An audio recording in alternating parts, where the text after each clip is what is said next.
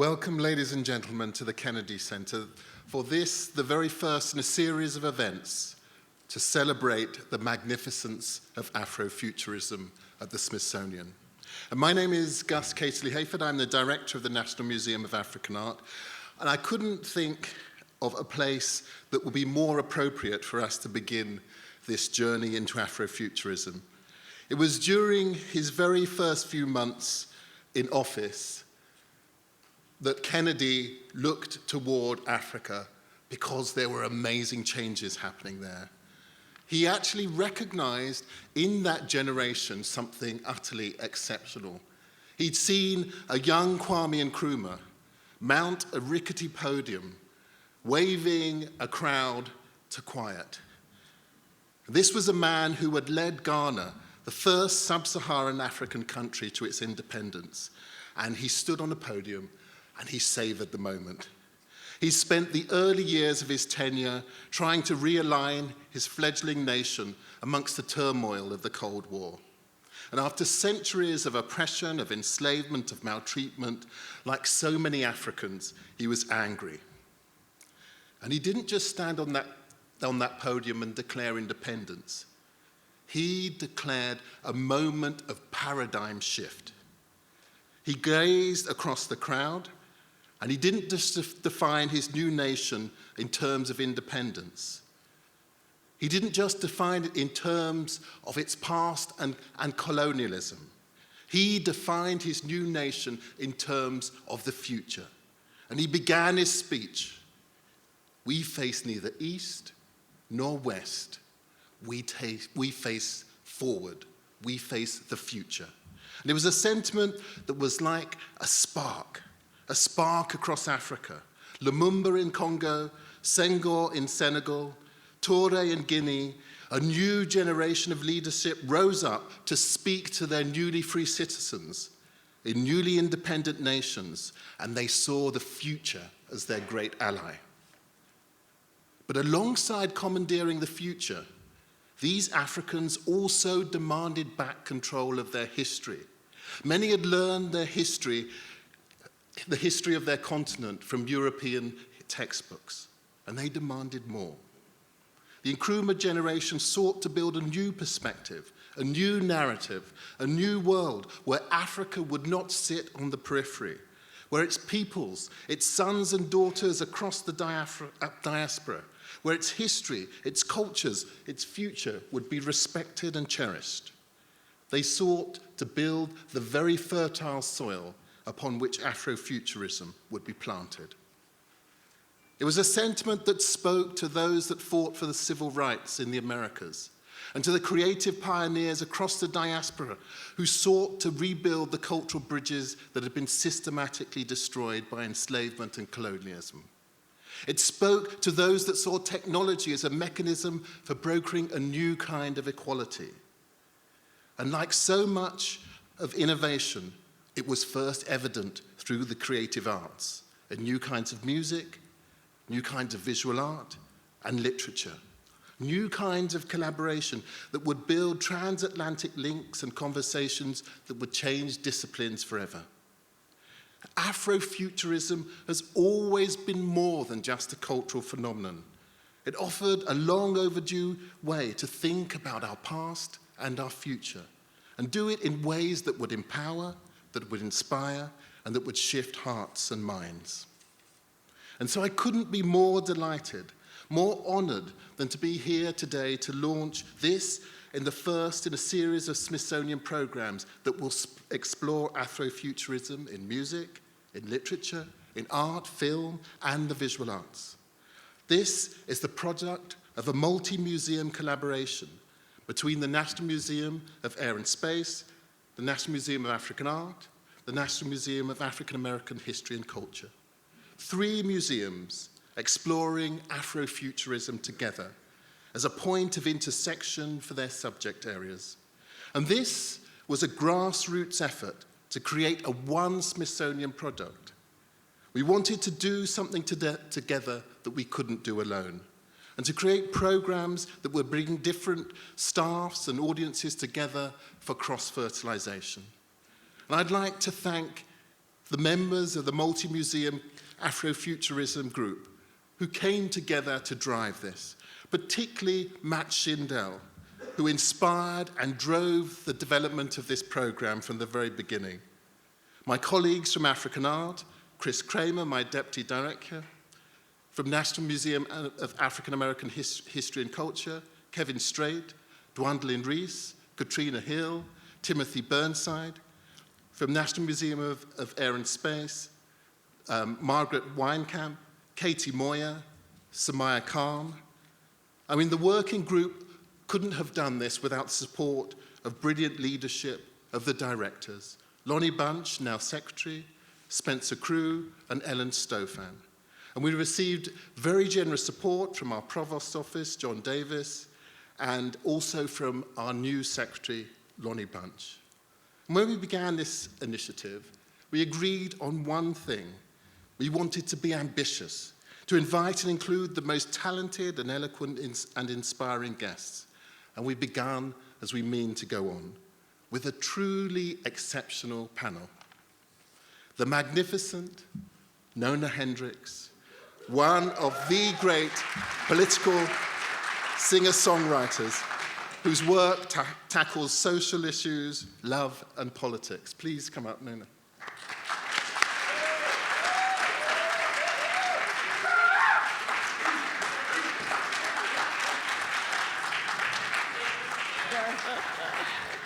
I'm here. Please. Thank you. The genius, George Clinton, one of the foremost innovators of funk music. The mastermind behind the bands Parliament and Funkadelic.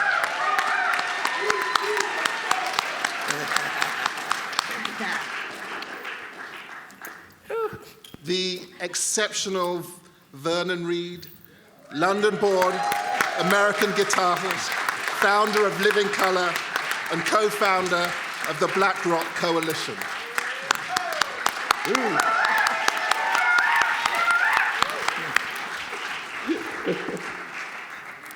I don't know why all y'all didn't stand up when George came out.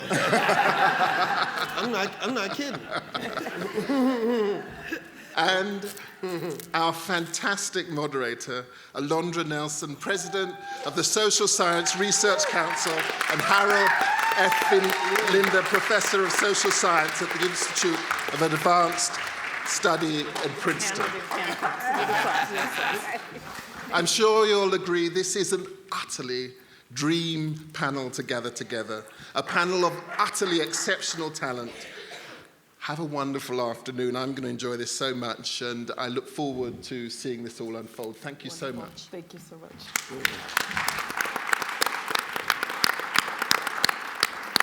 So good afternoon, everyone. Thank you, Dr. Casely-Hayford, for that incredible introduction and those great framing comments that brought Nkrumah into the room, among others. And I'm so delighted to be here. Partly why I'm here is that in 1998, I started an online community called Afrofuturism. And certainly, I wouldn't have imagined in that moment that 20 years from now, it would be a kind of idea and a larger world community, and moreover, that we would be sitting at the Smithsonian talking about Black people's aspirations for the future and Black people's innovation. And so we're so delighted to be here, also under the auspices of this incredible historic collaboration between these three Smithsonian museums. So I wanted to get to aesthetics, but we got to begin with aesthetics. My father is here in the front row, and he would say, he's from New Orleans, and he would say to all of y'all, you look so pretty. Like if you were, marching at Mardi Gras, they look so pretty up here. So I really wanted to start with the political and the sort of, but y'all look so pretty. So let's talk about the sort of aesthetics of Afrofuturism, what that sort of means for you. And we should say for the audience that Afrofuturism as a word comes to us in 1994, but what's clear is that you are all working in a tradition that's much longer and deeper than that you helped to spur, but also that our ancestors brought to us, Sun Ra and those before him as well. So let's talk a little bit about the aesthetics and how we might do that. I mean, I think George and Nona, you both come out of, if not Motown per se, George, you spent some time writing songs at Motown, but you come out of that tradition, let's say. So when you're with Labelle and the Bluebells before you become Labelle, and George in his earlier time with Parliament, the other Parliament, the Parliaments, the first Parliament. Yeah. That was a very kind of respectable, that was Black respectability. That was a different kind of performance and aesthetic of Blackness. And then, you know, by 1969, Labelle is, you know, y'all have gone a little outre, you know, you've transformed. I mean, you're wearing a cod piece, and I think and you're wearing kind of sci-fi silver mylar costume. Some of the photos we'll show here, one of the costumes that's here at the Smithsonian. Yes. And you also are sometimes mixing those with cowrie shells. So I want to talk about the sort of future in the African continent with that. And then, you know, George, you're wearing, you know, blonde wigs and, you know, diapers. And just like flowing things. Yes. I saw you at, I think it was the Ritz, and I have to say, George, I really saw you. Because there wasn't much else on underneath what you had on. Okay. So I really saw you, my brother. Right. Yes. Well, you know, we actually did that in that style until we got the same manager, the same designer, Yes. and the agency and everything. Yes. So we ended up both going into outer space around the same time. Yes. We came out of the diapers and the sheets, and thanks to them, we got Larry Legaspi, Yes. and he started making all that futuristic stuff to go along with our spaceship. Yes. See, it didn't look cool with a spaceship with a diaper on. And from George, Larry also did Kiss Right. and Earth, Wind, and Fire. So Larry Legaspi was a big part of what the look was of our time, that evolution transformation. But yet, you know, prior to that, we were kind of the holdover from more of the Sam Cooke, you know, the R&B singers who were playing the Apollo. A lot of the shows that we did on the Chitlin Circuit, traveling up and down at the Howard Theater, the Royal Theater, the Regal Theater, the Spectra, Uptown Theater, the Apollo Theater, all the way to Royal Peacock down in Atlanta, and all the way down to Florida. So that's the circuit The Regal in Chicago. The Regal in Chicago, yeah, that's where we performed. So it was, you really were much more dressing like someone like Etta James or Yes. from that generation. And we were, you know, Etta was probably, I guess, 10 years older than us, maybe, somewhere in there. So we were teenagers, and we were following our leaders, and they were the stars. So we wanted to, the guys wanted to dress like Sammy Davis Jr. or the different Sidney Poitier. Yeah, but your aspiration was to end up at the Copa Yes. or Las Cabana. Vegas. That was like the height of what you could Yes. dream. Yeah. The concerts, the big coliseums hadn't gotten here yet.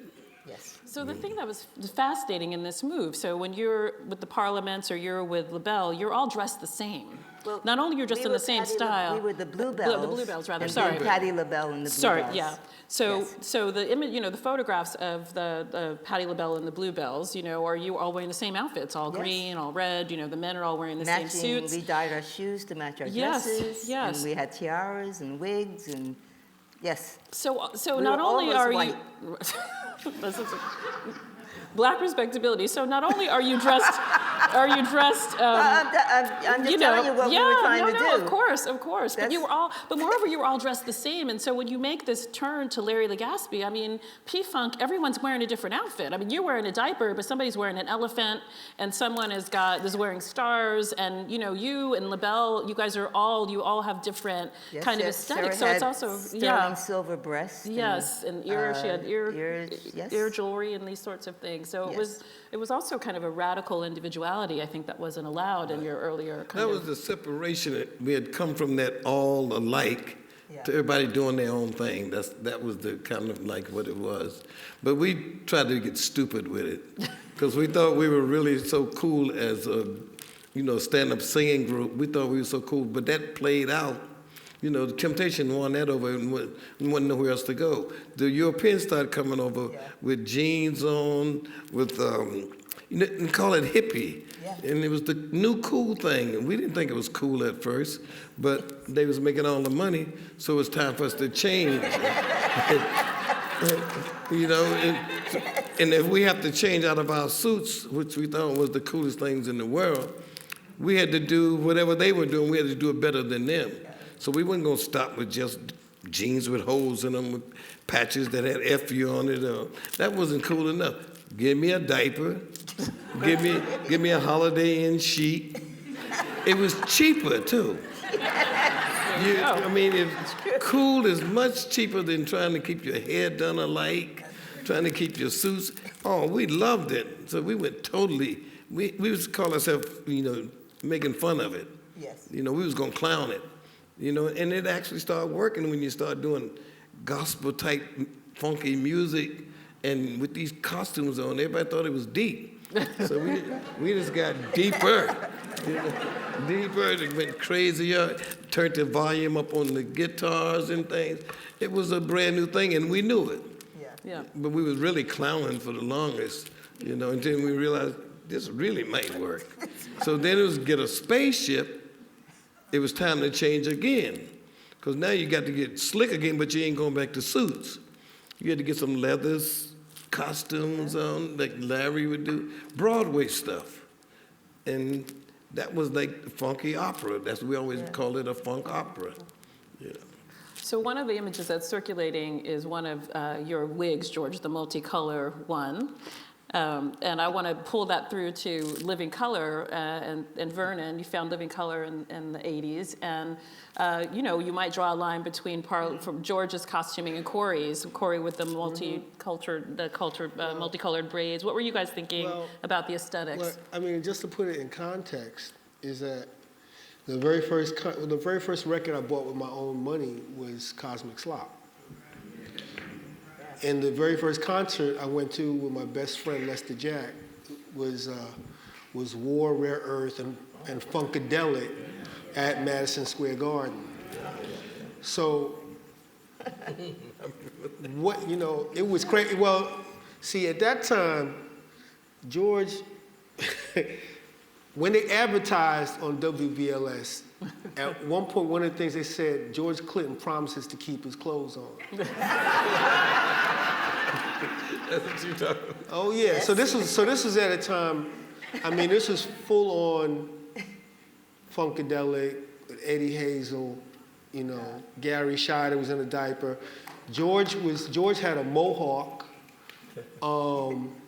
Man, Bernie had like some kind of D'Artagnan hat, like a tricorner hat. It was crazy. It was like an explosion of sound, and I mean, it was incredible. So that was my first concert experience, and that marked me on a level. And so when it came time to the beginning of Living Color, I said, well, we got to have our own look. You know, we have to have our own thing that we're doing, you know, and that's when I came up with the kind of dreadlock crew cut, which got me in a lot of trouble with a lot of people. People were not happy. My mother, most of all. But, you know, and Corey was wearing the body glove, I was wearing AXO stuff, and it was, you know, but it was an idea that we wanted to have our own, you know, as we looked at bands like the Jimi Hendrix, the Beatles, Parliament Funkadelic, all of these different groups, Led Zeppelin, they had a look to them. And that was something that was certainly in our minds at that time. So the images, though, and George, you started talking about this, about the technology and the music, were really in the service to freedom for yourselves as artists, but also to making something totally new, like just breaking out and doing something new. And I think today we think about Afrofuturism as sort of, you know, everybody's Afrofuturist, but you were really on the edges. You were creating something new, and it wasn't always understood or appreciated when it first came out. So, So Nona, do you want to talk a little bit about how you thought about making that move, out of the constraints of kind of a Motown tradition or a kind of conservative Black tradition, and the sort of space that the change in the aesthetics also came your flourishing as a songwriter as well. So can you just sort of talk about it, and songs that were political songs and songs that were really sort of a remaking form? Well, one of the people that inspired us was Betty Davis. Mm-hmm. And she gets lost in the sauce. Betty Davis, Passion, not the actress, not the Betty Davis, the one who turned Miles Davis out. Yes. Yes, that one. Yes. Yes. No, and for real, Yeah. I'm not joking. Miles was in his sharkskin suits until Betty got in, and things became different. But so Betty was one of the people that we saw, that I was going to see her in San Francisco and looking up on stage and going, oh my God, what is that? That is the Barbarella I want to be, right? And so that when we had the opportunity to change from Patti LaBelle and the Bluebells to Labelle, we spent a lot of time sifting through music. It was time when synthesizers were coming into music. Prior to that, synthesizers were, like, don't you ever bring that thing into my recording studio, right? And then now everything is synthesized. So we began to work with musicians who were using new sounds, new ways of making music. And the people that we were working with, Vicki Wickham, Kit Lambert, and Chris Stamp, they also managed The Who. And they also had Arthur Brown, who was somebody who would set his hair on fire on stage. He was a little crazy. And they also signed Jimmy to their label, Track Records. Joni Hendryx, that's who signed him. And so they were much more interested in artists who their voice also was what they had, it was about them, what they had to say. And that was during the whole English invasion period, and the bands were writing their own songs, talking about their time. The Who writing songs like My Generation, Won't Get Fooled Again.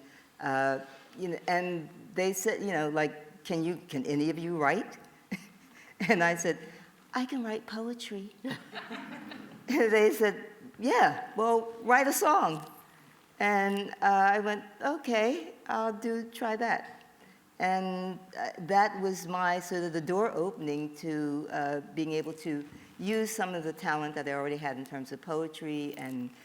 But there was so much going on in America, in the world, in terms of the British invasion, in terms of the Vietnam War that had happened. Martin Luther King had been killed, John Kennedy had been killed, Robert Kennedy had been killed, Kent State had happened. San Francisco had exploded to, flower power. The whole idea of freedom was something that everyone was finding and exploring and using, and really, you had the Last Poets, the Black Panthers. You had so much going on in the world, and as an artist, for me, being in New York and being with the people that I was surrounded by, Ellis Hazlitt of soul, Alvin Ailey, Judith Jemison, many of the poets of the Last Poets, the Black Panthers, Angela Davis is a friend, so I couldn't help but be influenced by the conditions. I come from what was called a ghetto. This dude used to cut my hair. You're from Trenton. I'm in Trenton. And you had the barbershop in Newark or Plainfield, New Jersey. Yeah, in Trenton. Yeah. I we had a barbershop in Plainfield. So it's his fault, really. Yeah. It's his fault. But, there was so much going on in the world that we wanted to express and be a part of. And there was the thing that if you were not a part of the solution, you were part of the problem. Yep. And as artists, we needed to be a part of the solution. And that's that's how we evolved from being these girls with the matching dresses and matching shoes and hair into women who were writing and singing about the conditions of, like, are you lonely living in a city without a heart? Yes. You know? That's different than, baby, do you love me? And why'd you leave me? And when you coming back? And Yes. Yes. Yes. you know? And also the Labelle songs are actually about, often about women's desire, right? Yes. I want you. Going- It's not, I'm not going waiting down for you. to Yes. my river. Yes. Or Going- your river. Yes. Right. Yes. Yeah. I mean, so we were adults, so there was no longer this need to try to be something else or aspire to be that which you would be pretending to be this. You know, if we were these women in the same kind of clothing, the same kind of hair, you know, singing, I'll never walk alone, you'll never walk alone, the Somewhere Over the Rainbow, or Oh Danny Boy. Like, oh Danny Boy, really? Really? Are you gonna say? I mean, it's a beautiful song, but Yes. really? Yeah. Yeah. So George, one would be foolish, we now know, to think of all of the sort of the humor, the beauty, the sheen that you brought onto the stage with P-Funk as only entertainment. I mean, some of your work, you know, Chocolate City predicted the first black president. I mean, what were some of the other things that you were trying to accomplish? I mean, you were obviously trying to entertain people. That funk for you is a kind of trickster. You know, you're always trying to keep people guessing. And what else were you trying to accomplish? Well, you know, after Chocolate City, where we portrayed, you know, a White House with all of us black folks in there, you know, and that was a hip concept because black was hip at the time. Everybody was black and proud. So we had to find another place that you didn't expect to see blacks. You know, you didn't expect to see them in the White House, but after that worked so good, we said, oh, there ain't no blacks in outer space. You know, except for Aurora on Star Trek. Yes. Uhura, yeah. Yes. And maybe the That was it. Klingons. They came later. They came later, right? Yeah, you know, but Next generation. but we had to find another place to put them, Yeah. and so a spaceship with a cool dude, and then like he's driving this pimp's Cadillac, you know, through space. Spaceship has a steering wheel. You know what I mean? I was posing like it had one, you know. You know, you lean when you turn. So we figured, okay, outer space. And that was one that really clicked because once we got into it and started reading up on the planet Sirius, there was people here who said they come from the dog star. And so all those things started making sense as far as a chronological story. And right behind that, I read a book that I found on a train in Dallas, Texas, called The Clones. And they had just started this train between terminals. In the book, when you open it up, I was the only one on the train, brand new, the first day. The book was on the chair, and I picked it up and it said, Steve Swanson has docked on many spaceships and space stations, but he could never get used to this little train at the Dallas airport.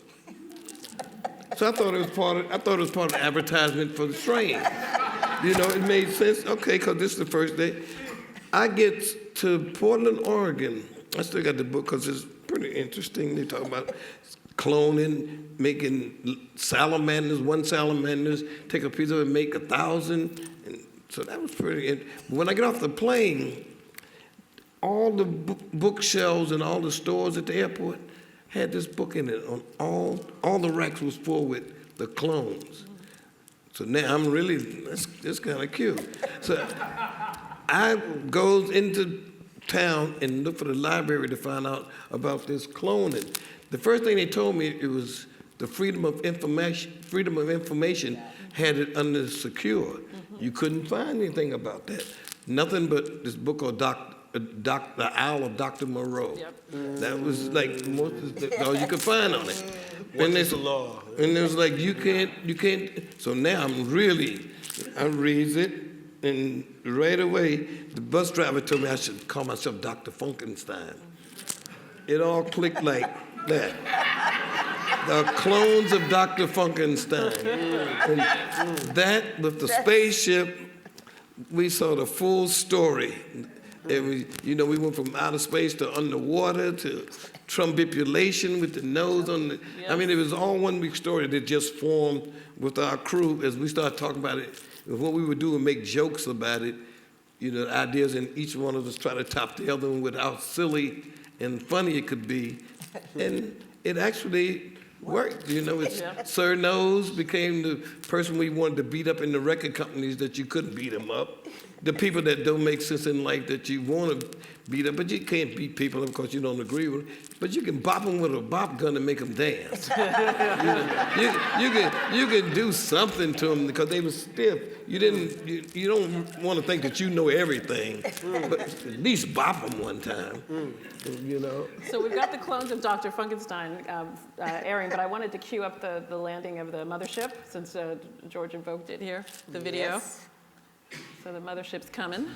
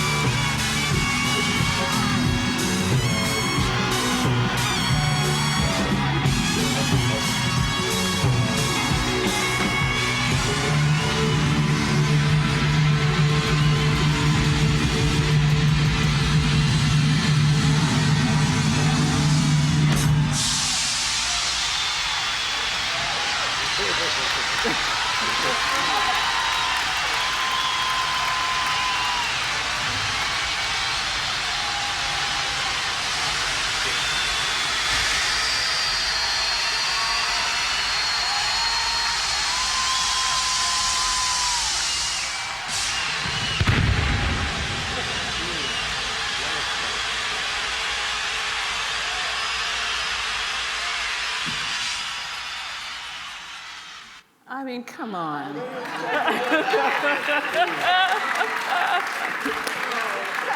So, look, we come from people who have been dispossessed, who have been decimated. We know that black people can do anything, but what's going on? I mean, you just think like. Well, we had to have a dynamic thing. We didn't want to be like rock band, black or white. We wanted to be something other than anybody had ever done. So we wanted a spaceship.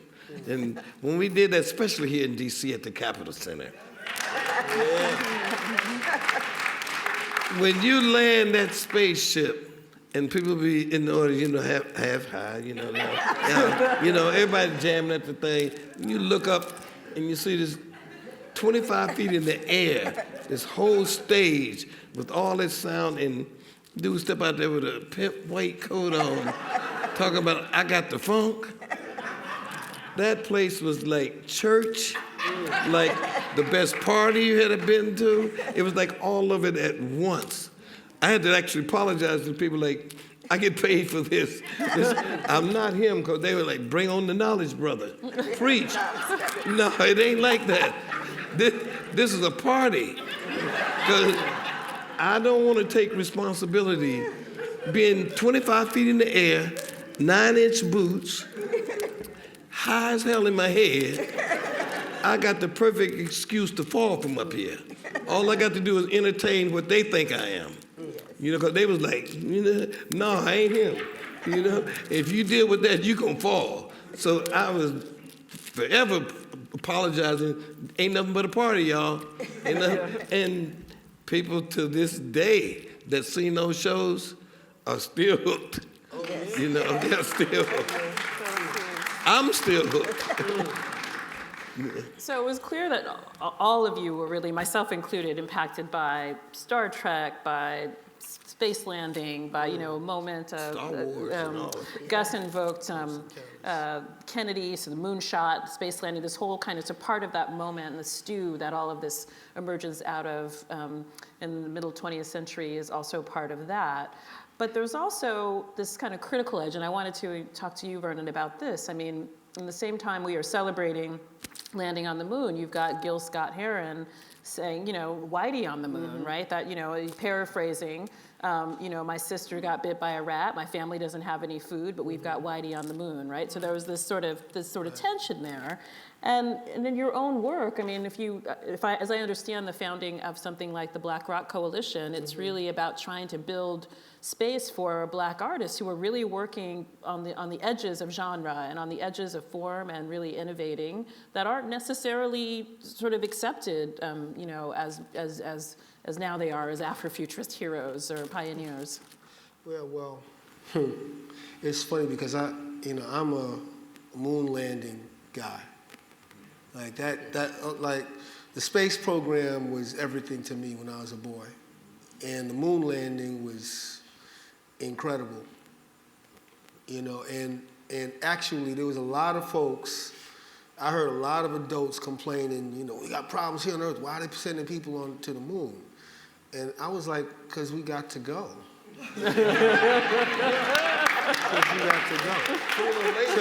So I want to just digress just a tiny bit and talk about Black people in monster movies. Okay? You know, like, here's the funny thing. Monster movies people were very, very, very into monster movies, Black folks. Because it's the first time you can see white people afraid. That's funny. And if you think about Boris Karloff, Boris Karloff is a Negro. He's made out of different parts. He's made out of different parts. And his creator looks at him and rejects him. And here's the funny thing about the creature. Everybody calls him Frankenstein, but that's not his name. That's the doctor's name. The monster has no name, but everybody calls him Frankenstein. What does that remind you of? So, you know, the creature from the Black Lagoon, King Kong, Mighty Joe Young. In all of these narratives, the other rises up. And they're going to send, you know, the villagers with pitchforks. They're going to send in the army.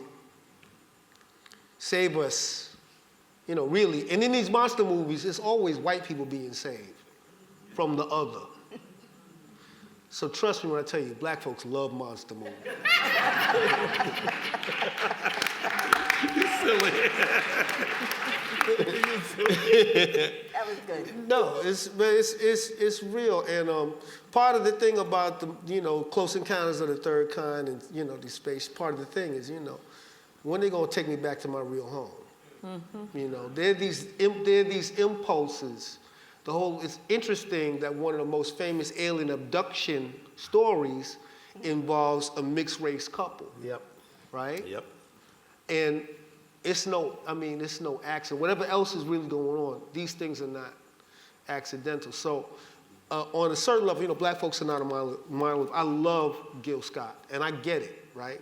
I get it, but you know, the fact is they wouldn't have got to them, they wouldn't have got nowhere without at least 3 Black female scientists, hidden figures. Right? Right? But when Black kids are interested in math and science, you know, what do? We say, well, man, you know, don't get above yourself. You know, you know, don't start acting white. You know, all those kind of things. So, all that to say about the future, you know, the future is, you know, is math and science, and it doesn't mean giving up the funk at all. You know what I'm saying? And the idea that it means giving up the funk to be into science and the mathematics of music is utterly false, with all due respect to my brother Gil. That's it. That's all I got.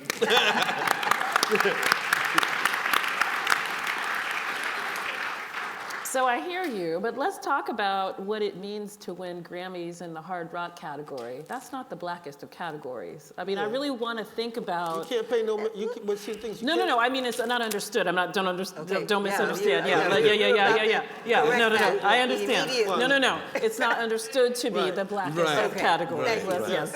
Yes. Well, the thing is, the first thing about that about playing rock and roll music,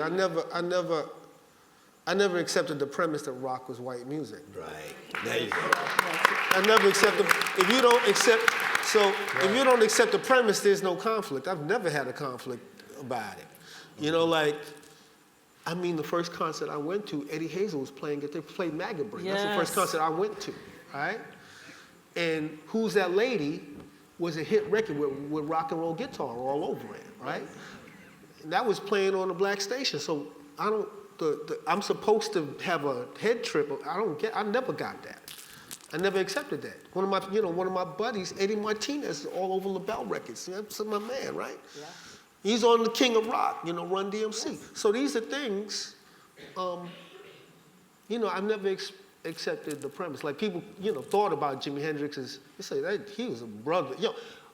They called him a psychedelic white boy. Ain't no psychedelic white boy calling himself a voodoo child. Come on. That's not happening. If he was trying to be a white boy, voodoo wouldn't enter into your mind.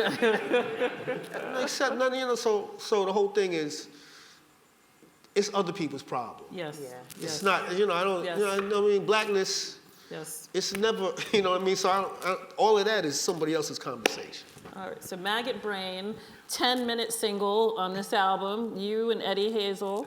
And I have the same premise that he had. I grew up, my mother and father, their music was the music that white rock and roll was playing. Right. The Lightning Hopkins, Muddy Waters, turned up loud. It was black music in the beginning, and we started doing it with the thing, we taking it back. We was coming from Motown, which was music for young America. That was the pop music. But when we realized they were getting over with this hippie music, the new music, which I loved. I mean, I loved the Beatles and that was working, but I was not of the premise that it was white music. The radio station did that. Yes. They programmed accordingly, and so we understood that politics of it. But we made up our mind to take it back. Yes. We had our intentions of taking it back. We respect that it was happening, but we was there to take it back. And when we saw Vernon doing it later on and put the interpretation on it, black rock, we was glad. But our thing was right from the beginning. Oh no, this is Loud Muddy Waters. This is Loud B.B. King. Matter of fact, I didn't like it then from my mother because your kids don't like their parents' music. They don't even like their big brothers and sisters' music.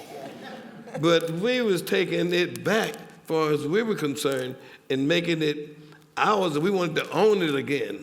And it started working. And when I saw Nona again, which we had known for years prior to that, when it's time to change, all the people she was talking about, the Kid Lambert and all of those, I didn't even realize you knew him, even though we had the same people. But they were the Who, the Jimi Hendrix. I knew Jimmy as Jimmy James and the Flames.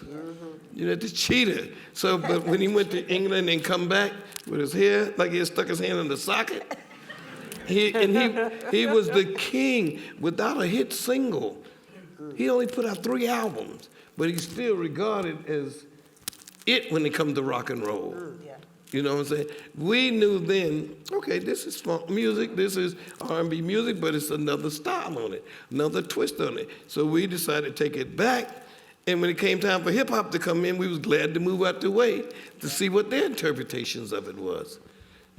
Like, it reminded me of my mother saying, when we were talking about bow, what the hell are you talking about? The same thing happened when you hear hip hop. Kids always take it back and take it to where they want it to go. And you have to get out of the way. If you're too old, it would get on your nerve to the point you won't be able to do nothing. Me, when I hear something that get on my nerve, that's the music I want. Yes. Because I know it's the new music. Yes.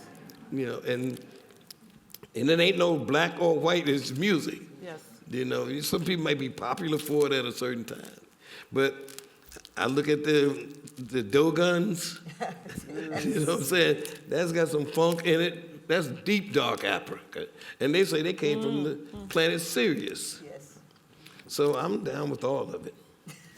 So before we open things up, let's talk about the craft of music as a type of Afrofuturism. So, Nona, I know that you're teaching a little bit at Berkeley, the Berkeley College of Music. You're still doing that? I'm an ambassador. Ambassador. Called an ambassador for artistry and music. But And it's not really teaching. It's really I'm being a bridge to the real world from school, because we didn't go to. Did you go to school for music? A little bit. A little bit. Yeah. Did you go to school? Nah. No. I couldn't afford the instrument.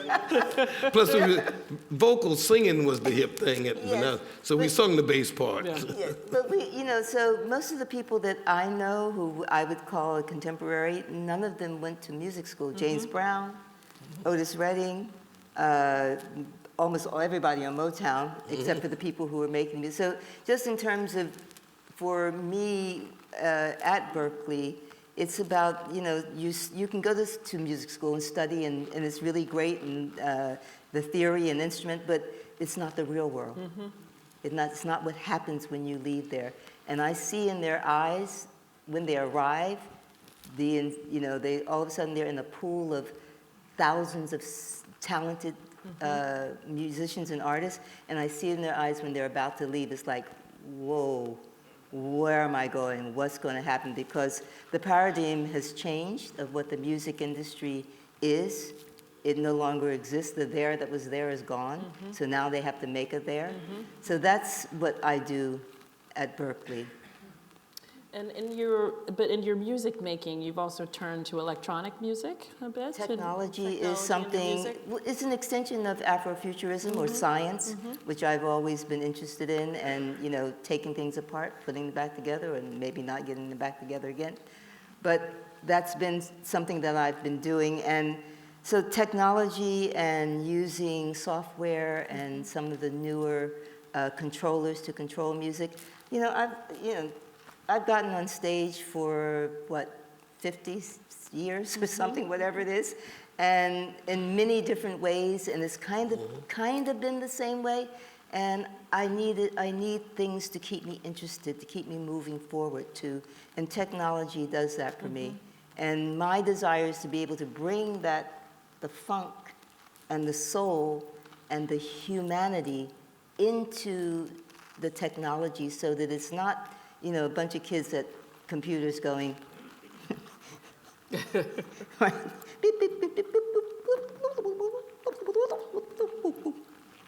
not that. I want to be able to be able to feel a new way of performing, performance art in a way, but, so you can shake your booty as well. Yes.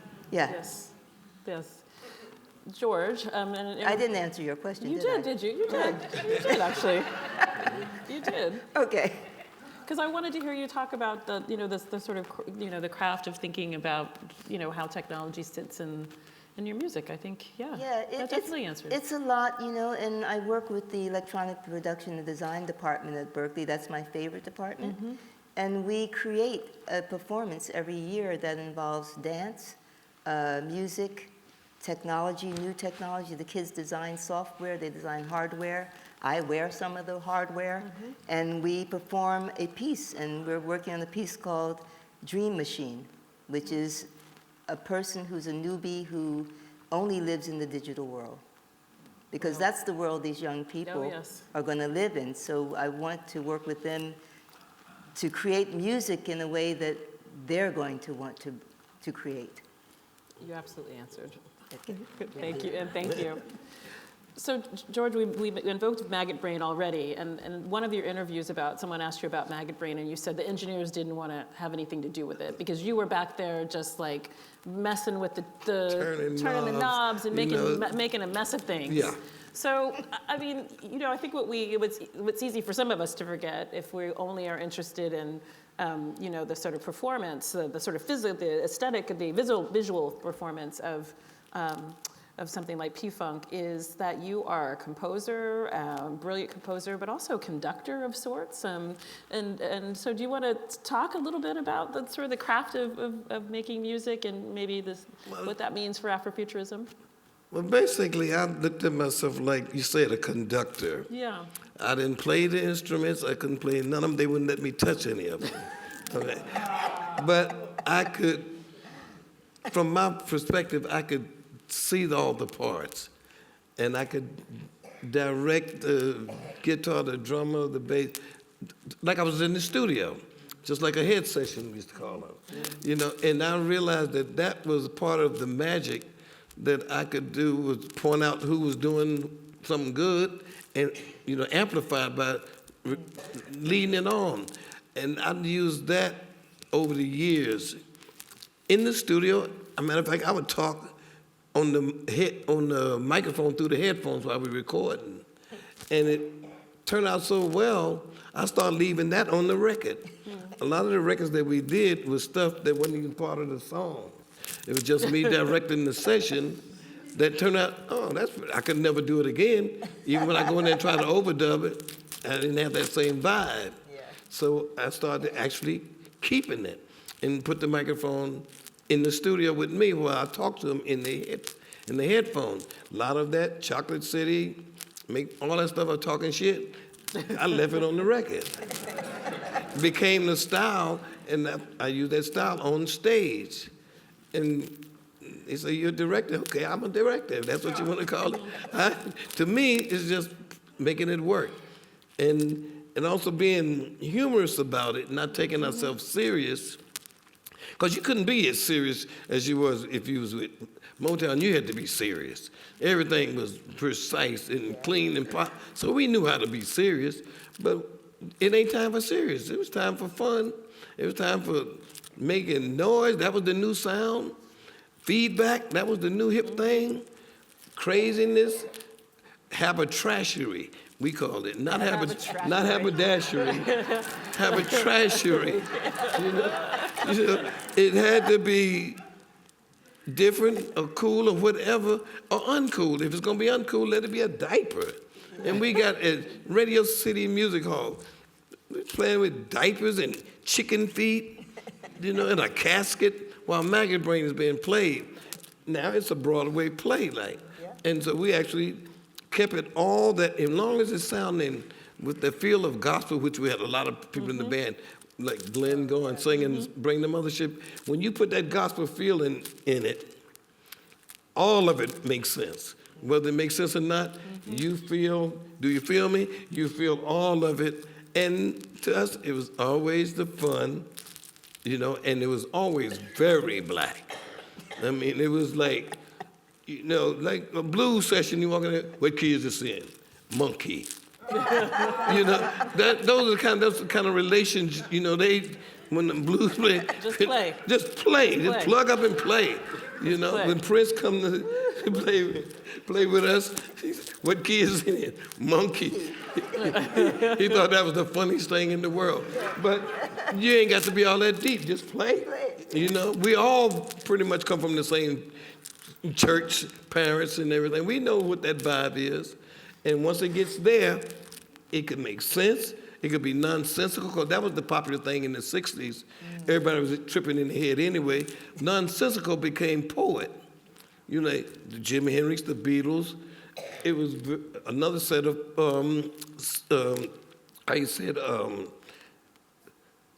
metaphors. Yeah, and you had to be of that headspace to kind of understand them, or you didn't have to be. You can be wherever you was in your head, and everybody felt it, or either they related to it or they didn't. By the time Woodstock got here, everybody was tripping. You get on the airplane, the pilot was tripping. It was the cool thing to be. After that, it wasn't safe no more to do that. After Woodstock and after the war ended in Vietnam, that was no longer an excuse you could use. After that, you's an effing drug addict. You're this and that. And none of it was cool no more. So you had to change again and try to get your head out of wherever you've been for the last 10 years. and we did it 2 or 3 times, been around as long as we have. We had to go through it 2 or 3 times. When you get to hip hop, I pretty much know, okay, let me be cool. I'm not gonna get in this. Yeah. Vernon, can you talk a little bit about your use of technology? You have a lot of partnerships with guitar. You know, you make a lot of innovation and Well, part of the thing is throwing the manual away. Right? That's part of the thing. And my ideas around technology is, you have to find the thing that's going to speak with the most integrity in terms of what you're trying to transmit.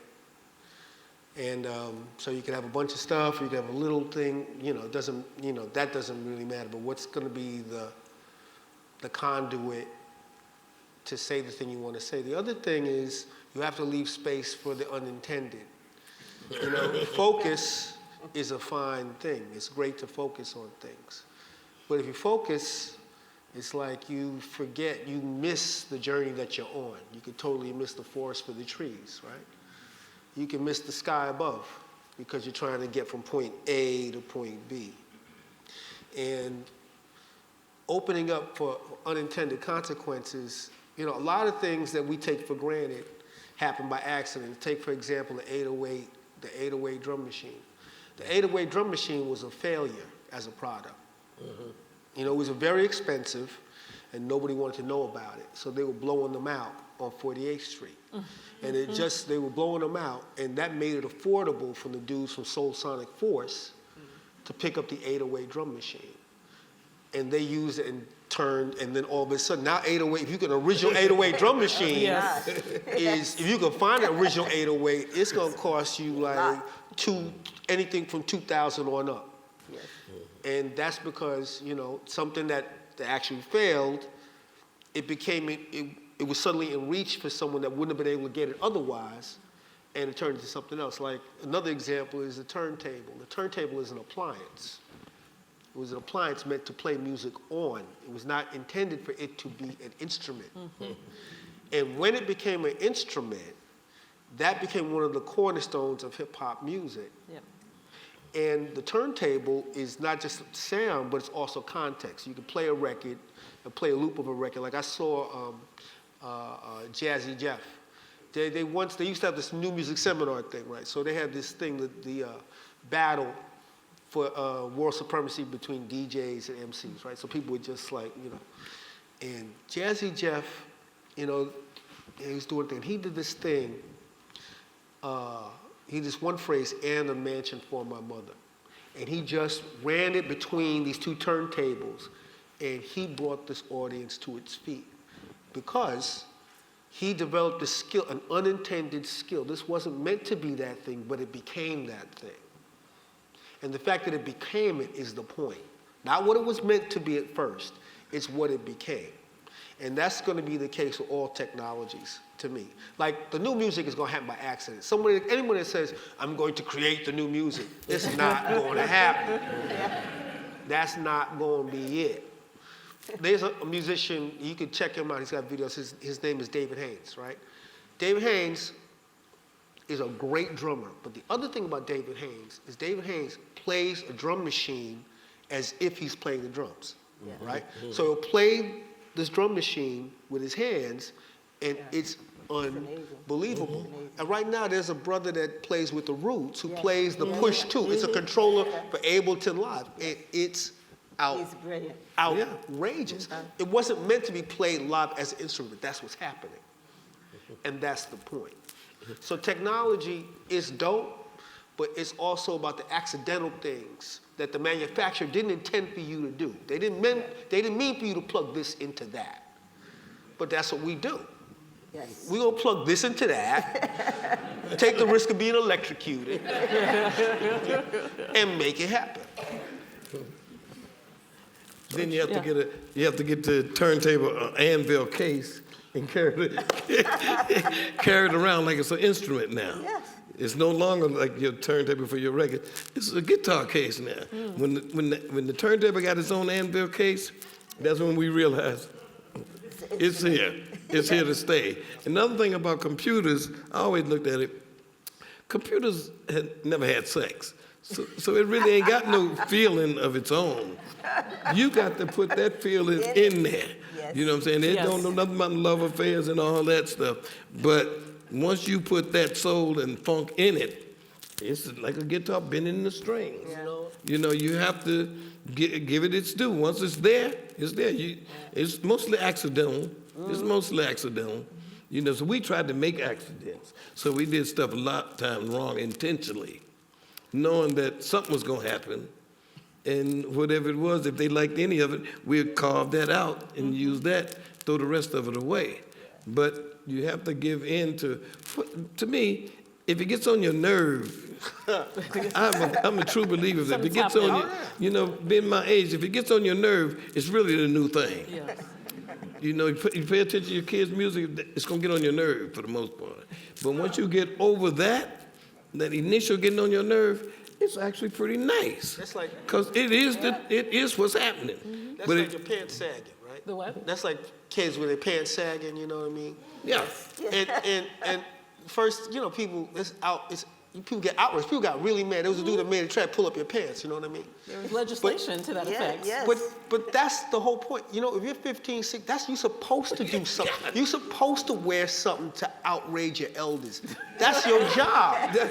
That's your job. Anything else to do. It's your job. From the age of 13 to about, you know what I mean, to about maybe 20, right? You got to wear things that's the way it go. That's the way it's always been. Yes. You know what I mean? Otherwise, you're going to be talking about David, not like we used to be.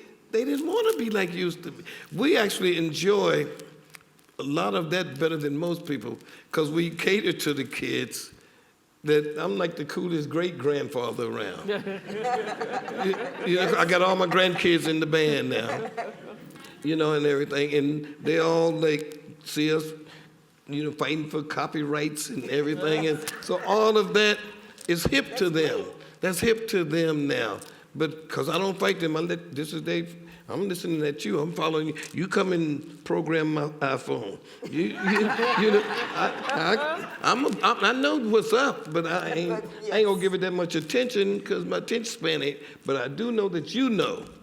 And so here, do this for me. And that way it puts, you know, me pretty much ahead of most people my age trying to deal in, you know, and being relevant in this day and time. Oh, no, I know to get out of the way. But here you are, here you all are. So I'm going to invite people to start to line up if there are questions. We're going to open things up. But I wanted to say, you know, I wanted to ask all of you to think about how you think about the future in your work. And George, you know, you invoked computers, so I'm thinking about computer games. Your album is in 1986, I think. You know, Atomic Dog in 1984. Atomic Dog's on that album. Loopzilla's on that album, on that record. You know, so you can't do your iPhone, but you were thinking about computers in the 80s as a kind of metaphor for your work. Loopzilla was like one of the first songs that was looped. You know, before they didn't have machines that sample. You had to cut the tape and tape it together, tape it, and then run around the tape and make a loop. And that was, and then over like more bounce to the ounce, zap. We did that record with just 8 seconds of his intro. That was the only thing on his album they bought that I could relate to with that bass line. So I took it, hip hop wasn't here yet. I looped it, and got on there and talked about all the radio stations in the country that we was down with. And that became Loopzilla, a monster loop. Atomic Dog came after that was on the same album. Hip hop, when they started, Atomic Dog was probably one of the most sample records ever. But we was feeling that was coming because we was watching kids with 2 cassette players playing them both at the same time, and a third when they was talking over it and recording it, sound on sound. Okay, this is getting ready to be something different. We didn't know what it was till Sugar Hill Gang came out, and one of the records that they had was "You Got a Real Type of Thing," looped. So we was feeling it, but we didn't know what it was getting ready to be. But we was giving into it. We knew something was getting ready to happen. And computer games was, like you said, 84. I saw that coming. We was all talking about synthesizers. You didn't want them in the studio because they put musicians out of work. You know, but if it's meant to be, it's going to be. You can't go backwards, so you have to figure it out, let it be. Right now, they download the song. You have to figure out a new way to get your stuff played. YouTube, you know, radio stations, they ain't trying to play nothing new, you know. But you'll get in the game if you want to be. If you want to be in it, you'll figure a way to get into it. Vernon, Nona, Sonic Futures is the title of our conversation this afternoon. What do you have to, how does music convey the future for you, or the Afrofuture?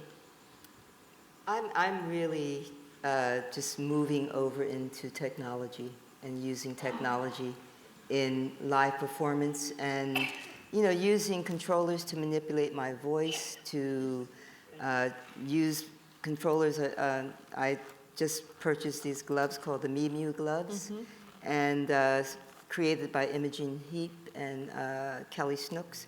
I just worked with Kelly Snooks last week in Boston.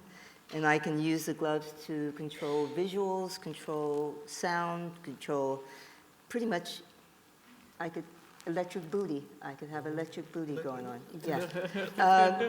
But really, that's really my interest, is to be able to, we've been doing what we've been doing for a century, pretty much, since, and I need to move forward.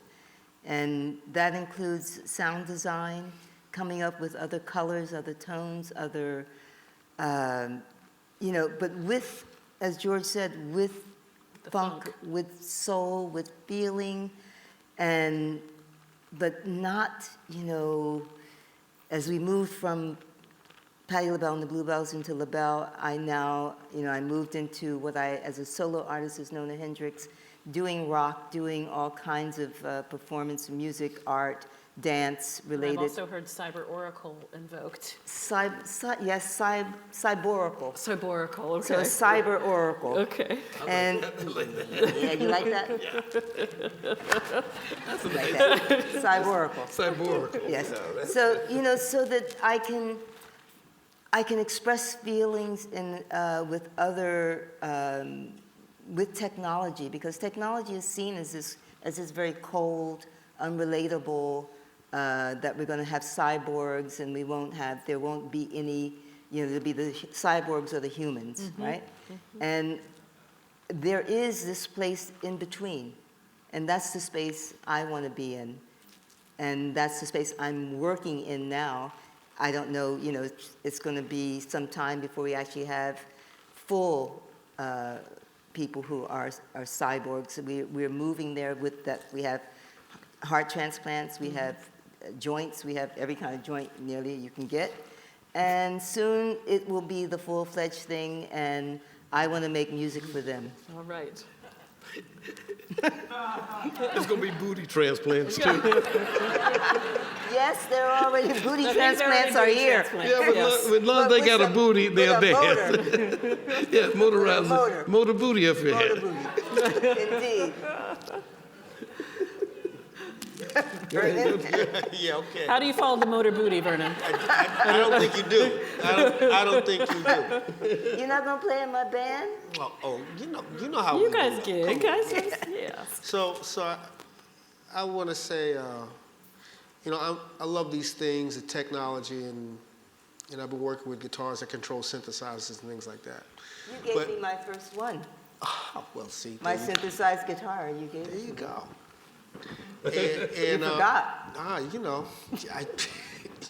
Yeah. So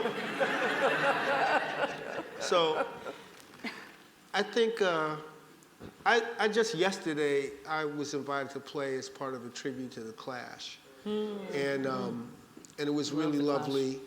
And I played I had a just battery operated. It was very, very basic. It was the kind of show you had to go on and come on and go off. And Corey and I did the song Revolution Rock, and I got to play Train in Vain. And I got tons of stuff. But for this particular thing, I just brought something very basic, because I don't want to be, you know what I mean? I love it, but I don't want to be beholden to it. The other thing about it is, you know, I'm also trying to check, like, the way I process things, the way I kind of always connect things, and try to change it up and see where else it can take me. So that's part of the thing. I'm very excited about where guitar technology is going, but the main thing is the guitar in your hands and your hands. You know, like one of my inspirations is T-Pain, right? Everybody knows who T-Pain is? Mm-hmm. And work with auto-tune, right? Mm-hmm. So T-Pain did this tiny desk concert. Oh, and you know, yes, and what yes, was amazing is T-Pain sings like a bird. He can sing, moreover, he can sing. He sings like an absolute bird. Yes. So that's like, oh, he's doing this. It's actually a choice he's making. Yes. Like you know, he's doing it because, you know, I'm not doing it because I got to do it. I'm doing it because I dig it. Yeah. And that's I think an important distinction in terms of working with technology, and also being on a journey with it, and also letting whatever comes out, you know, kind of be with whatever it takes, be with whatever, because, you know, there's a kind of, the impulse to control, the impulse to control and control the end result is one of the things that constrains, you know, creativity. Like George came up with the phrase, and this phrase has haunted me and has inspired me ever since the first time I heard it, and that is freedom from the need to be free. Yes, yes. Freedom from the need to be free. Let that shit sink in for a minute. Right? Because you think about the struggle and what we have been struggling with, and ultimately, that is the end game. Freedom from the need to be free. That's incredible. It's like one of those things, oscillating, cyclical things. And I don't know where it came from. It messed me up. You know what I mean? It's, okay, one thing I want to say about Jimi Hendrix. No, one of the most Afrofuturistic things that Jimi Hendrix did was changing the spelling of his name. Yes. Yeah. He was Jimmy James, Jimmy, and he said Jimi. And from that point on, he projected himself into the future. And I knew him as Jimmy James. you know what I mean? And this incredibly, the power of what you call it, what you name it, how you're with what that is, like letting the name change you. All of those things are a part. And I guess the other thing is just working with amazing people. You know, working with incredible people. Like, we're not going to talk about Afrofuturism in music and not talk about Bernie Worrell. Like, that's, like that, we're not going to do that. We're not going to sit up in here and talk about Or Bootsy. We're not going to leave the stage without mentioning. You know what I mean? Like, you can shout him out. You can like shout him out. Sun Ra. I mean, these are the people. Ornette Coleman. You know, these are the people. Yes. John Coltrane. Yusef Lateef. Yusef Lateef, like. What was it? James Jamerson. You know what I'm saying? Like, these are the people. James Brown. James Brown. Yeah. The Revolution of the Mind. All of these people took sound to another dimension, whether people understood it or not. Eric Dolphy. You know, whether people got it at the time or not. That's not the point. See, part of the thing is like we want to get gotten in our time, and that's just like, well, you know, I'm nice, so I should be whatever. But to me, it's just like all these artists, you know, they went on this journey and they took us along with them. Like all musicians are trying to play, musicians love to play giant steps, because giant steps, like Coltrane, it's hard, right? So it's these changes, but Coltrane wasn't, that's, you know, he wasn't, that wasn't the thing. He wasn't, you know what I mean? He wasn't trying to blow your mind. He was, you know, like, he was trying to do his thing. Yes. And everybody's like messed up by it, behind, you know what I mean? And that's really what it is. That's really what it is. It really is about being in the now, and being in the now in such a way that 10 years from now, 20 years from now, it'll still matter. And one of the things I will say that I'm proud of the band Living Color, a lot of things we put on our first few records still have currency today. Yep. Yes. Funny Vibe, Cult of Personality, Time's Up, Information Overload. And I'm gonna say that not to brag on that, on myself or the band, but it's just, it's also, it's great, but it's also whack. You know, the fact that Funny Vibe is a thing that we're still, that's whack. Like, that should be in the rearview mirror of our lives. It's not.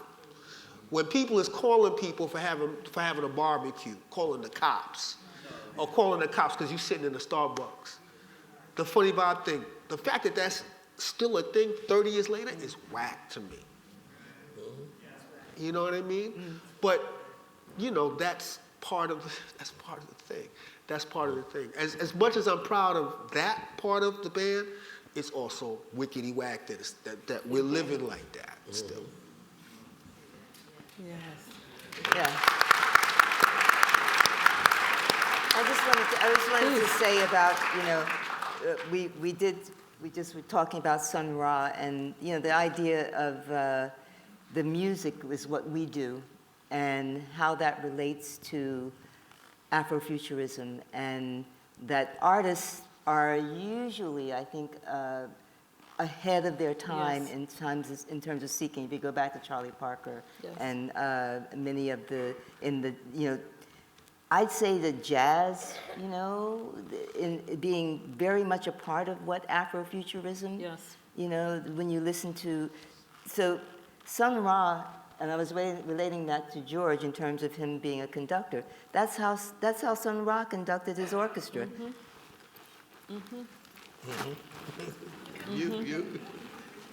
And because they lived and they ate together and they slept together and they were a family, everybody knew what that meant. That meant. Yes. Yes. And they were on it. And when you listen to Sun Ra's music, and you listen to P-Funk, and you listen to Living Color, you hear that in the music again, And I've watched Living Color perform, I've watched P-Funk perform, and they don't even have to do that. They know, just even out of the side of their eye, that this is about to happen over here, right? We're going here, we're going there. Sly, right? excuse me for cutting you off. Sly is the epitome of that. Another one. Yes. He don't even look. No. Look up, and they can play the same vamp for 10 minutes, and everybody know the change right here. Because you got to do it in harmony, because you got horns and everything. Yeah.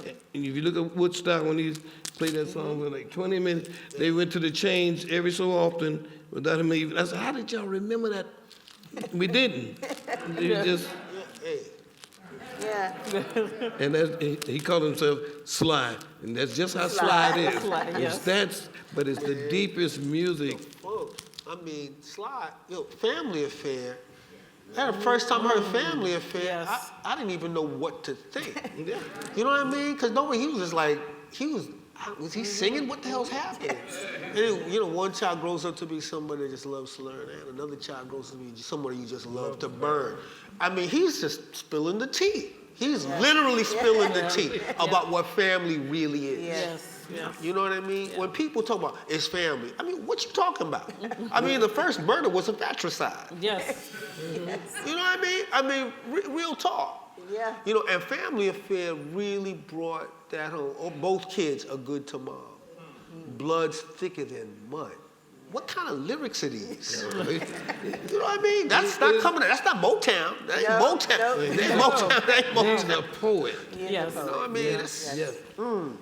But the idea of Afrofuturism, it's an aesthetic, it's a way of thinking, it's a way of being. It is, you project into this world the world that you want to be. And I think coming from a place where, you were trapped in the bottom of a ship, chained to the bottom of a ship, shackled to the bottom of a ship, people next to you dead, you had to be able to have hope and think about the future.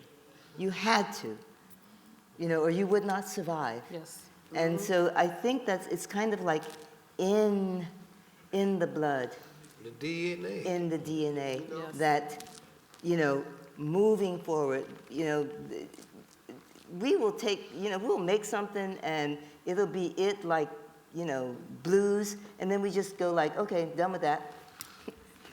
We're on here now, and it's just kind of, it is the thing of, you get lemons, you make lemonade. Yep, making right? way out of no way, yes. Way out of no way, Yeah.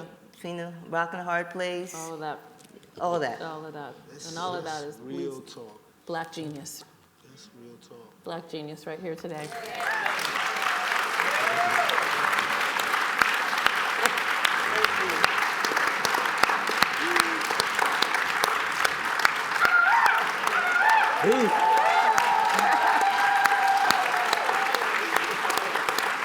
I'm stand up. Everybody stand up. Everybody said, Everybody stand up. yes.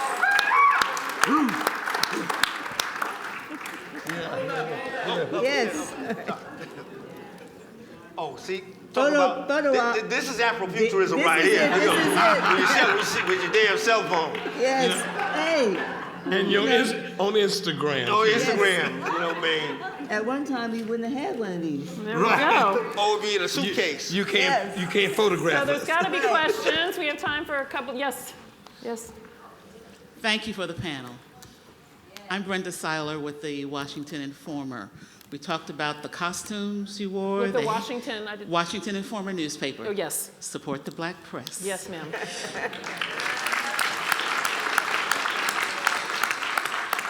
We've talked about the costumes, we've seen pictures, the hair, the staging. I'd like to know about the album covers. A lot of us, that was a way we collected art. They decorated our bedroom walls, our dorm room walls. Could you talk about how those were designed? And beyond the lyrics and the music, what was your input into the design of those album covers? Thank you. Thank you. Thank you. I'm gonna speak to Overton Lord is sitting over there now doodling, drawing something up there. He did the Sir Nose album covers, the Motor Bootsy's album covers. Overton, you want to stand up? Do you mind? Oh. Thank you.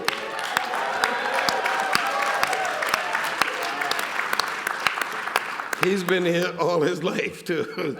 And we talk about the concept of the stories, of the characters, with the funk bunch that Archie Ivy, who's over there, been there all his life.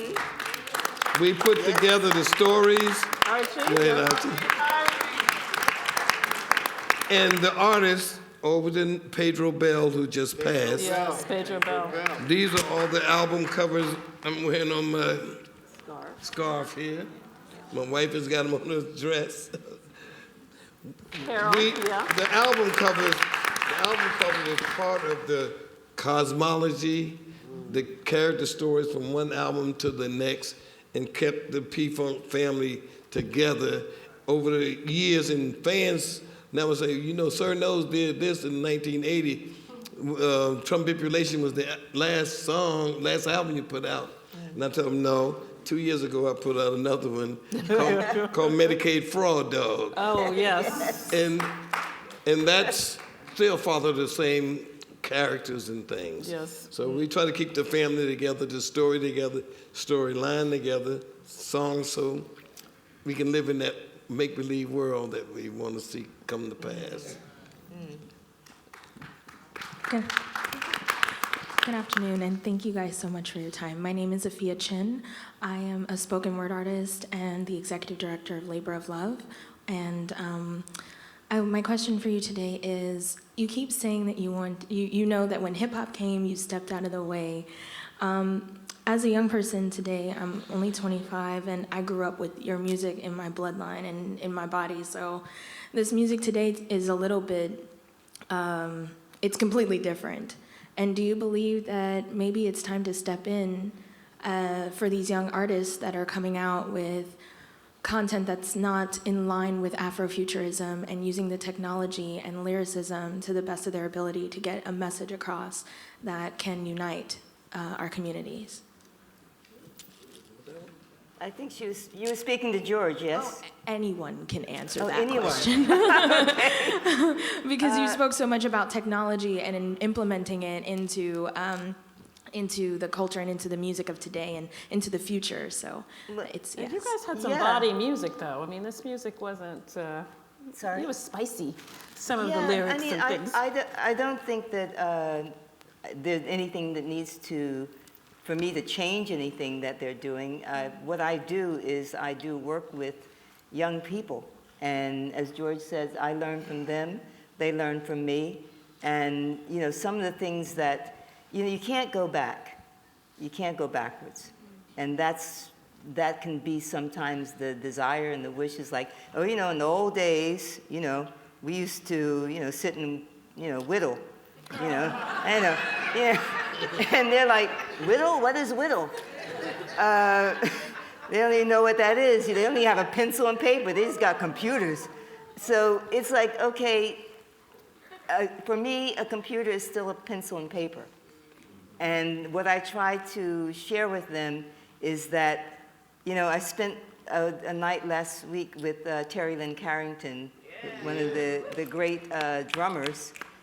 She's a professor at Berklee College of Music, and she has a jazz class, an institute for gender, jazz, and justice. Anyway, she had the class, and she wanted to work with these jazz students to teach them how to groove. Right? Because some of them were from Sweden, some of them were from China, some of them were from, you know, it's like they had never grooved before. So she called me and said, let's have, and for me, the best way to get them to understand was to actually say, okay, get up and let's dance. Yeah. Because if you cannot feel it in your body, you're not going to be able to put it in the music. You know, and we really, and you know, and we got up and we did electric slide, you know, so that, and we started playing some funk, and then they got their instruments and they started playing, and you know, some of them were playing like, you know, all over the place, you know, because they had a lot of notes, they know how to play a lot of notes. It's like take out most of those notes and play like 2 of those notes, and feel the spaces in between the beat, so that you can know where the holes are, all right? And leave space for somebody else. So these are the things I think that myself and George and Vernon's younger than us, so I don't, you know. Well, I tell you what about, I really enjoy producing. And I've worked with artists that are older than me, and I've worked with artists that are younger than me. And one of the things that I've learned is that, I mean, everyone has to be open to whatever it is, to the moment that it's in. If you're like, like some people want a producer that's a Svengali type of, that's not my trip at all, you know what I mean? It's like part of the thing is, how do I get out of the way of you getting, how do I help you get out of the way? And how do we both get out of the way of the thing? Because the music has a life of its own, that's the first thing. The music has its own life. And that's a difficult concept to get across if you're controlling everything. Yeah. You're controlling your instrument and your dope. You're controlling your whatever, but whatever you're doing, you're creating something that's also different than what you intend. And part of the thing is having a perspective. But I'm not like coming at it like I'm a boss of anyone. That's not it. My thing is, the music has its own life. Let's talk about what, you know, let's not even talk about like, what does this feel like? Is that a hook? Is this cool? How are you digging it? And then out of all of that, it will come out. Now, the thing that comes out could be frightening to you, and that's part of the thing. And the other part of it is whether or not the person is coachable in the moment that they're in, right? And that's like, I had to do a workshop. Steve Vai had a guitar camp, and I had to do this workshop. And I'm like, what am I going to tell these kids? These kids are, you know what I mean? They're playing they got every finger on the fretboard, and they're doing everything, right? And one thing, I tried to give them like a really simple kind of blues riff, and none of these kids could do it. Wow. You know, it was weird because they had rehearsed, they had focused on rehearsing a certain thing, and they had it down. But when it was like, yo, just play this thing and have this feel behind the beat feel, it was a revelation to me, because I thought these kids were gonna be like, yeah, whatever, old man, you know. But it wasn't like that. It wasn't like that. And other thing too is to be encouraging. To be encouraged and to be encouraging. You know what I mean? Like Rome isn't built in a day. That's the whole thing. And people want to be like, I can't tell you why I'm here, you know, I can't tell you anything about that. All I can tell you is I love music. I heard George Clinton, I heard Labelle, and these artists meant everything to me. I heard say that it meant everything to me. I mean, that's how what the music meant to me. Like, if music isn't meaning that to you, but you're good at it, that's a crazy thing, right? So somebody that ain't that dope at it, but it means everything to them, that's a different situation. But if you're dope at it, because they knocked your knuckles and they made you play the piano for 12 hours a day, so you can play the piano like a robot, but it doesn't mean anything to you, then I can't help you. Like, you have to find, out of all you went through, maybe you need to start making your music about how, you know what, it's about they beat my hands and I hated that shit, and these are the chords to that. If you can get to that, then we can talk. But if it's like, yo, man, I'm nice. Thank you.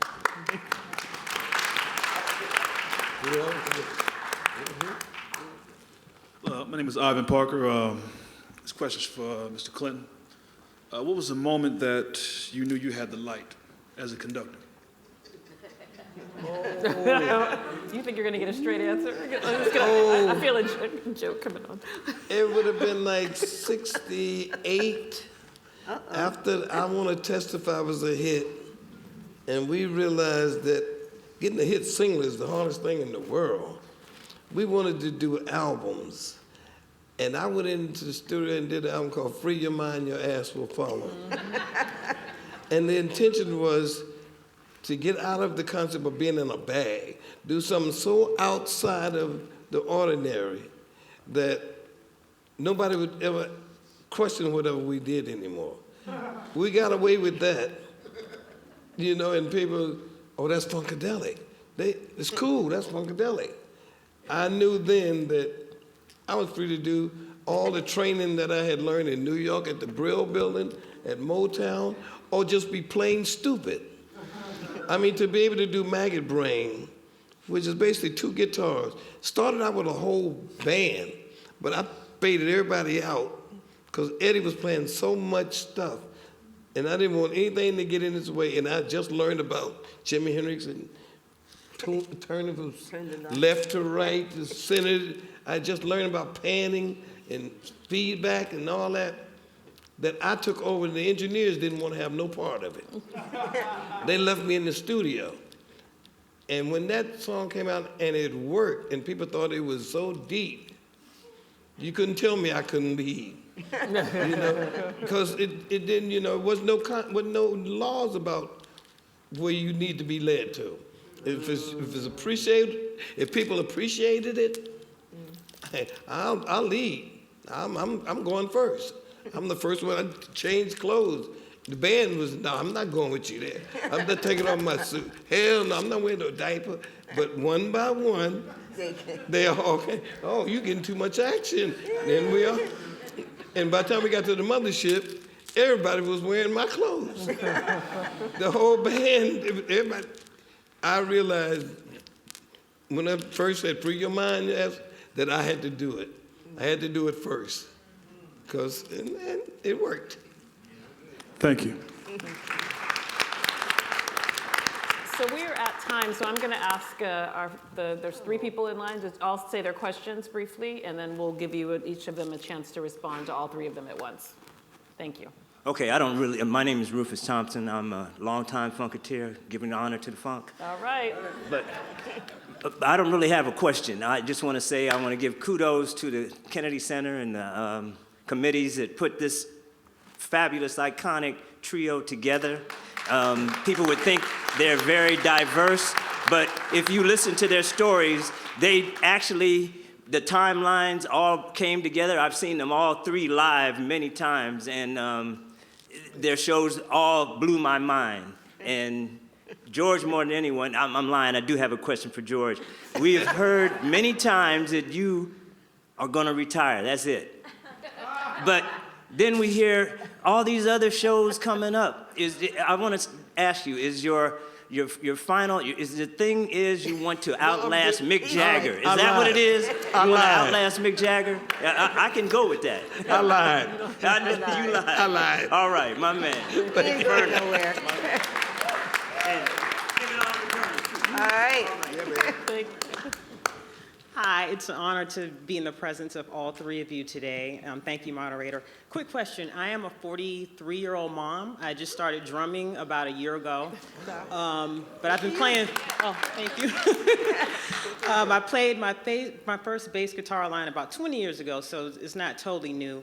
But I'm new to kind of really creating music more formally in an orderly fashion. How do you see Afrofuturism as a key part of just music creation without it sounding, no offense, none of you all are dated because I listen to all three of you just about every day of my life, but how do we make it relevant and palatable for people like my 14-year-old son who's like, oh, that Parliament is kind of cool, let's listen to it, Mom, but taking it a step further, making it real for his generation going forward.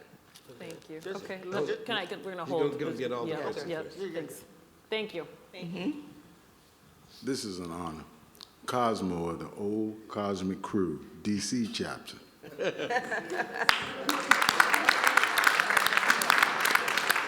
I just want to know, and is this going to be a documentary? Because I got to take it back to some of us who are still here. Yes.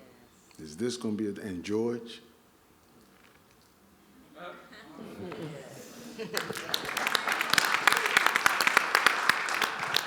George, I just want to make sure that you say a little something about Lauren Halsey. Okay. I'm going to start. All right, so we got a couple questions. Yep. I'm going to start. Lauren Halsey is the new female, how you say, Basquiat of our culture right now. She's out in L.A. She did these shoes, but she also did Compton. She painted murals all over Compton, and she's the new artist they're raving about. She did the trumbipulation, elephant nose, and all over Compton. She's that new hip-hop artist, and she is Afrofuturism. All right. And check her out. Advice for a new drummer? You want to do that, Vernon? Well, you're already doing it. I mean, on a level, it's like the fact that you. Okay, so are you practicing? Where's the lady? Okay, so you started playing. How long you been playing now the drums? About a year and some change. Okay, are you doing self-study or do you have a teacher? I have an instructor, and I do my own study. Okay, and is your instructor older or younger than you? One is a 28-year-old, and the other one is a 40-plus guy. Okay. And you're talking about beats that your son is going to enjoy, your 14-year-old? Yeah. Okay. See, you're already doing it. You're already doing it. I guess the only thing is, like maybe record it and play it for him. So, like, it's kind of like, you're going to know it's working when he tells you without you prompting him, right? So you're going to want him, you want something from him, right? You got to let that go, right? You got to let that go. Practice, you know what I mean? Don't get discouraged. Keep working at it. Listen, and your son is going to come around and say, yo, Mom, that was, whatever. One of the things about having, like, I have a 16-year-old daughter. One of the most beautiful things about it is, like, her taste in music and hearing, like, an artist like No Name. I didn't know anything about No Name. And No Name and her whole crew is dope. Like, it's ridiculous. You know what I mean? Like, my daughter and I are both Frank Ocean fans. You know what I mean? And so on and so forth. So you're on a journey with your son. You're on a journey for yourself. Stay on your path, stay on your journey, practice. You know what I mean? And let go of wanting him to feel any which way about it. You do you, and he's gonna be like, yo, Mom, that's dope. Trust. He's gonna do that. Yeah. So I'm going to invite Dr. Casely-Hayford up to, I think he can say something about the gentleman who asked about the recording. I think there's a whole bunch of, lots of things happening at the Smithsonian around Afrofuturism. Wow, and that's an afternoon that will live with me for a long time. I just wanted to thank our panels, just absolutely glorious. I'd hoped it would be memorable, but this has been something which is going to stay with me for an awful long time. I will return to it, and it's going to power me through all of those dull meetings. I'll be thinking of those glorious stories. But thank you, Nona Hendryx, George Clinton, Vernon Reid, and our wonderful moderator, Alondra Nelson. And thank you to everyone who asked a question and all of you for coming today. And please, let's continue this upstairs. We have a DJ in the Slight Pavilion, but also this is just the beginning of a year-long set of events and celebrations of Afrofuturism. So please come and get involved at the Smithsonian. Thank you so much for coming this afternoon. Have a wonderful evening.